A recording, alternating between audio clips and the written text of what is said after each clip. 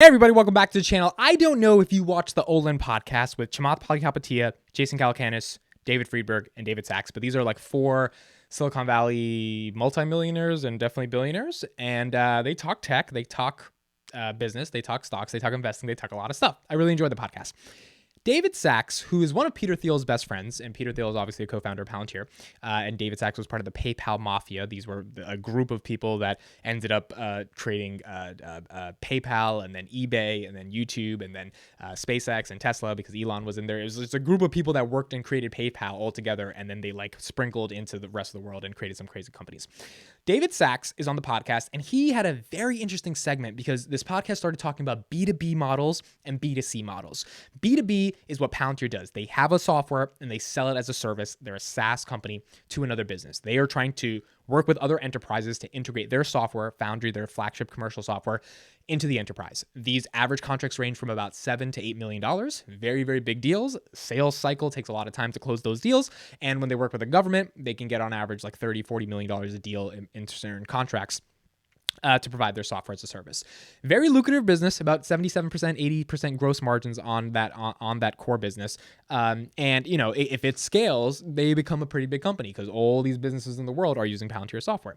Now, what has been argued a lot about Palantir at this stage of how people are talking about the company and covering the company in 2022, and this has really been led by one of my friends, Tom Nash. I mean, this is his sort of like, I give him full credit for like incepting this idea out into the world through YouTube and then everyone adopting this idea. Which is, he brings up a good stat, which is that Palantir needs a B2C product in order to become a $1 trillion company. And his logic behind this is not really ideological. It's more so about market cap. If you look at the biggest companies in terms of market cap, the only one that's up there that even has some resemblance of like multi-$100 billion market cap is Salesforce. That is one of the biggest enterprise software companies in the world, and it took them a long time to get there. But they're pretty much integrated into every company. I think they're like at a $200-300 billion market cap, so pretty big company. But it's not Apple, it's not Tesla, it's not Facebook, right? These are the $1 trillion market caps. There is no $1 trillion market cap company that doesn't have some level of a consumer-facing business. So when Tom brings up this argument, like, it makes a lot of sense at the end of the day. It's like, okay, well, the way the numbers are looking and the massive market that exists for consumers, it's like it makes sense to have some type of consumer-facing business in order for you to access that crazy total addressable market, which is probably, the whole world, right? You're talking about billions and billions of people versus hundreds of thousands of businesses.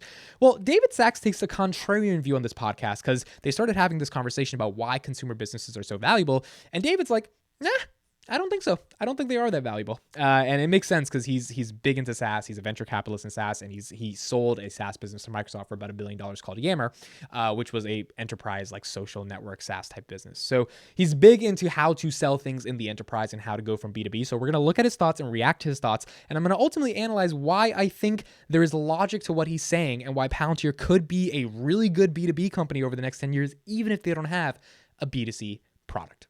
And the reason is just the churn rates. What we see when we look at B2C subscription businesses is 5% monthly churn is not uncommon. It's pretty much the standard. So call that 50-60% churn in the subscription base every year. So effectively, you're rebuilding the company from scratch every 2 years. I don't see like how you can build a successful business that way. See, but I'll tell you why. Okay, so let's analyze that first part real quick. That's a really good point. Now, David is looking at data because he invests in software companies, right? And he's a venture capitalist. So he gets a lot of data from a lot of companies, and he's looking at the B2C companies that want his investment into B2B companies. And the trend with the B2C companies, which makes a lot of sense, to be honest, is like, people don't pay for the service. I mean, just ask yourself, like, how many subscription services do you actually pay for every month? Now, there's going to be the Netflixes, there's going to be the Spotifys. I get it. For me, YouTube Premium, right? That's a big thing for me. But at the end of the day, like, I've tried out some softwares that are sort of like for a consumer that are just like trying to make my life more efficient, more better, blah, blah, blah, blah.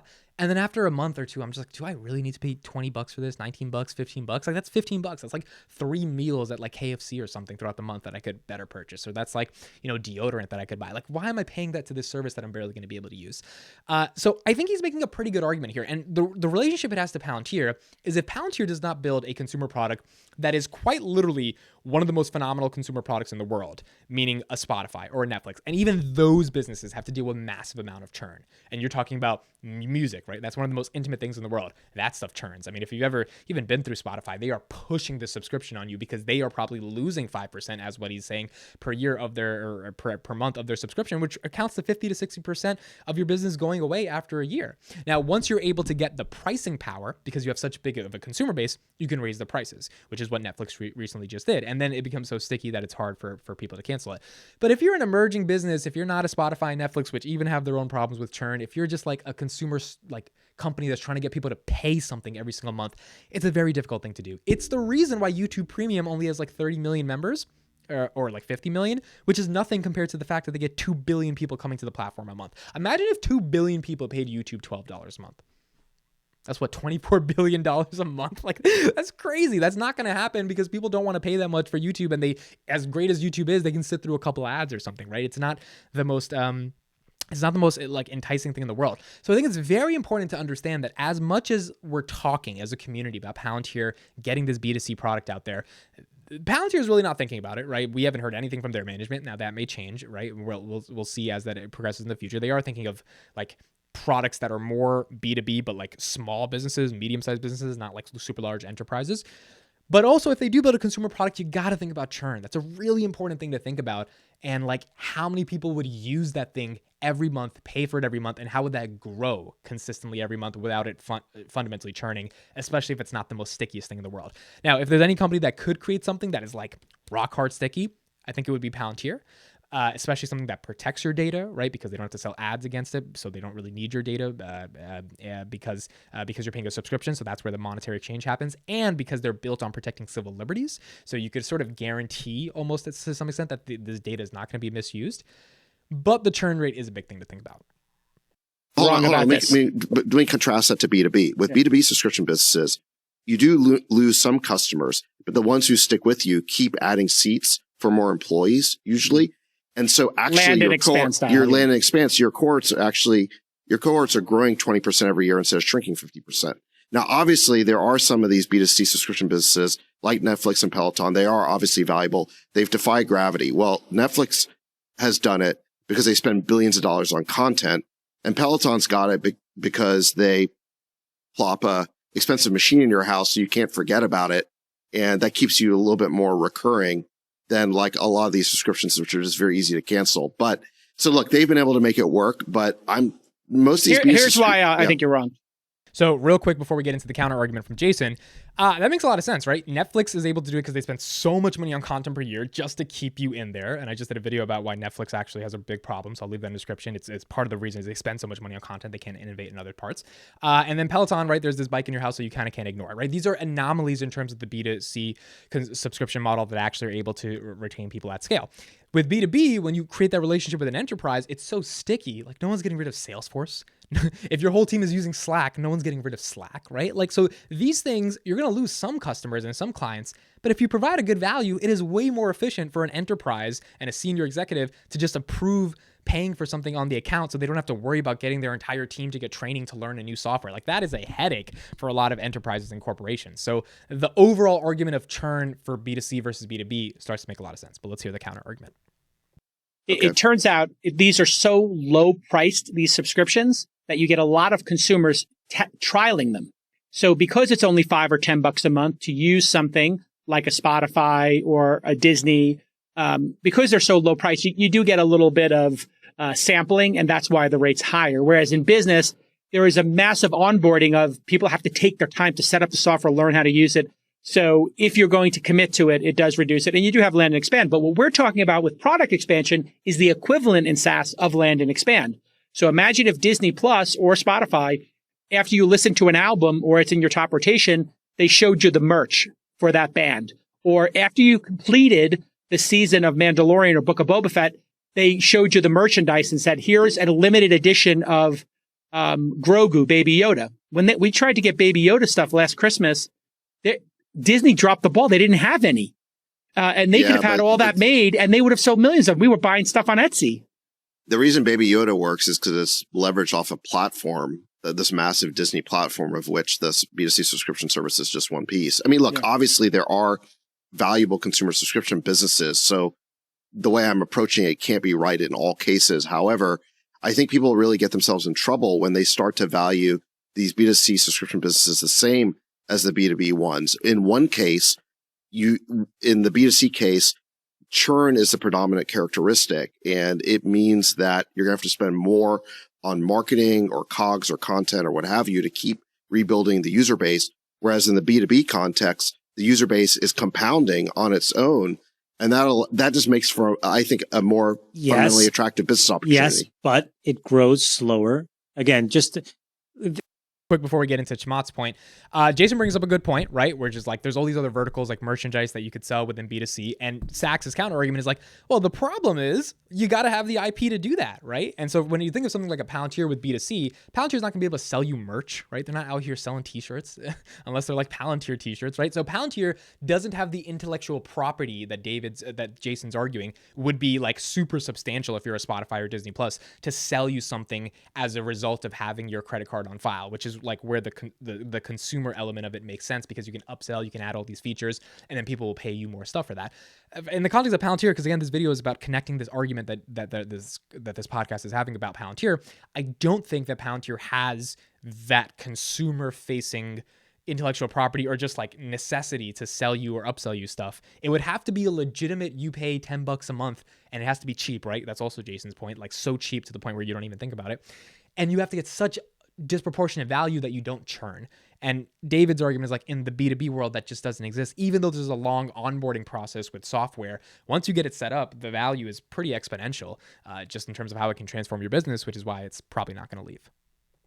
At the end of the day, these are all variables, just the weights just changed. I agree with David that consumer businesses have much higher churn than enterprise, and enterprises have negative churn, which means that they just naturally grow.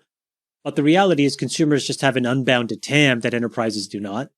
And the way that the LTVs work just tend to be different. And the cash flow cycle of these companies tend to be very different. And that's why you see Netflix get these enormous valuations that enterprise subscription businesses do not. What some people are now doing when they look at consumer businesses and they look at churn is they take out the ones that are based on credit card to look at like people who actually unsubscribe because they don't want it, but not because their credit card changed. So basically, if you think about like Netflix's business, if it's churning 2.5% per month, let's call that 30% of the user base is attriting every year. They've got to rebuild their user base from scratch every 3 or 4 years. Now, they can do that. I guess at some point though, they may run out of, greenfield opportunity to grow their customer base.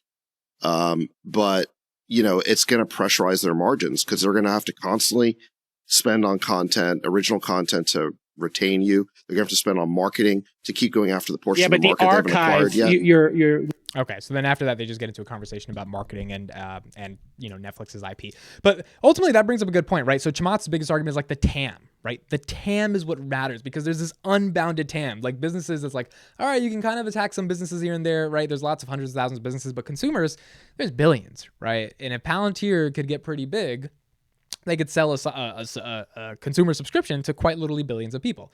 Now, final things I want to say on this is that they also don't work with allies they work with Western allies. They don't work with adversaries, right? So they wouldn't be able to, I'm pretty sure you can buy a Netflix subscription in Russia. I don't know if you could buy a Palantir subscription in consumer subscription in Russia, right? If they don't work with Russia, right? There's this sort of ethical, moral argument that goes into the company and its values. And it's like, well, why would you sell a consumer subscription there if you don't want to work with the government there, right? So these are questions you want to think about. But the TAM is unbounded, right? Because more and more people are going to get online, more and more people are going to get phones, more and more people are going to want to get acquainted and accustomed with the digital world, which means if you do have some type of consumer-facing product, you have to weigh the TAM of that and how you can go after that against the churn rate, against the value proposition against the churn rate, and the ultimate lifetime value to keep your margins in a meaningful capacity, as David was saying, because when you're spending all of this money on content, your margins will suffer and your prices will suffer. And until you get pricing power, which takes really decades to be able to create that archive of content in this Netflix model that makes sense, does Palantir have that time and does Palantir have that energy, and do they even want to willingly invest their time and energy into that versus just going after more and more businesses? So Yeah, I'm not against the Palantir consumer argument. I'm curious to hear what other people's thoughts are. I know it is a sexy conversation, a nice debate to have. I'm actually putting out a video coming out soon for what a consumer product could be for Palantir, so I'm trying to really give both perspectives here. But it's something to think about. It's why they're focused on B2B, and David Sachs makes a pretty decent argument. And David Sachs has a pretty strong relationship with Peter Thiel, who co-founded Palantir. So I mean, they both, to some extent, will think alike in the context of B2B versus B2C, if that gives any sense of how Peter, as the co-founder of Palantir, may be thinking about why they went after B2B versus B2C. So maybe there's a B2C play, maybe there's not. Leave it in the comments what you think the best B2C play is for Palantir. I will link, or I will pin the best comment at the top, the one that I think makes the most sense and the one that gets the most likes, the one that gets the most replies. Let me know what you guys think. Curious to hear your thoughts on it. Thank you guys for watching. My name is Bit. I'll see you guys in the next one.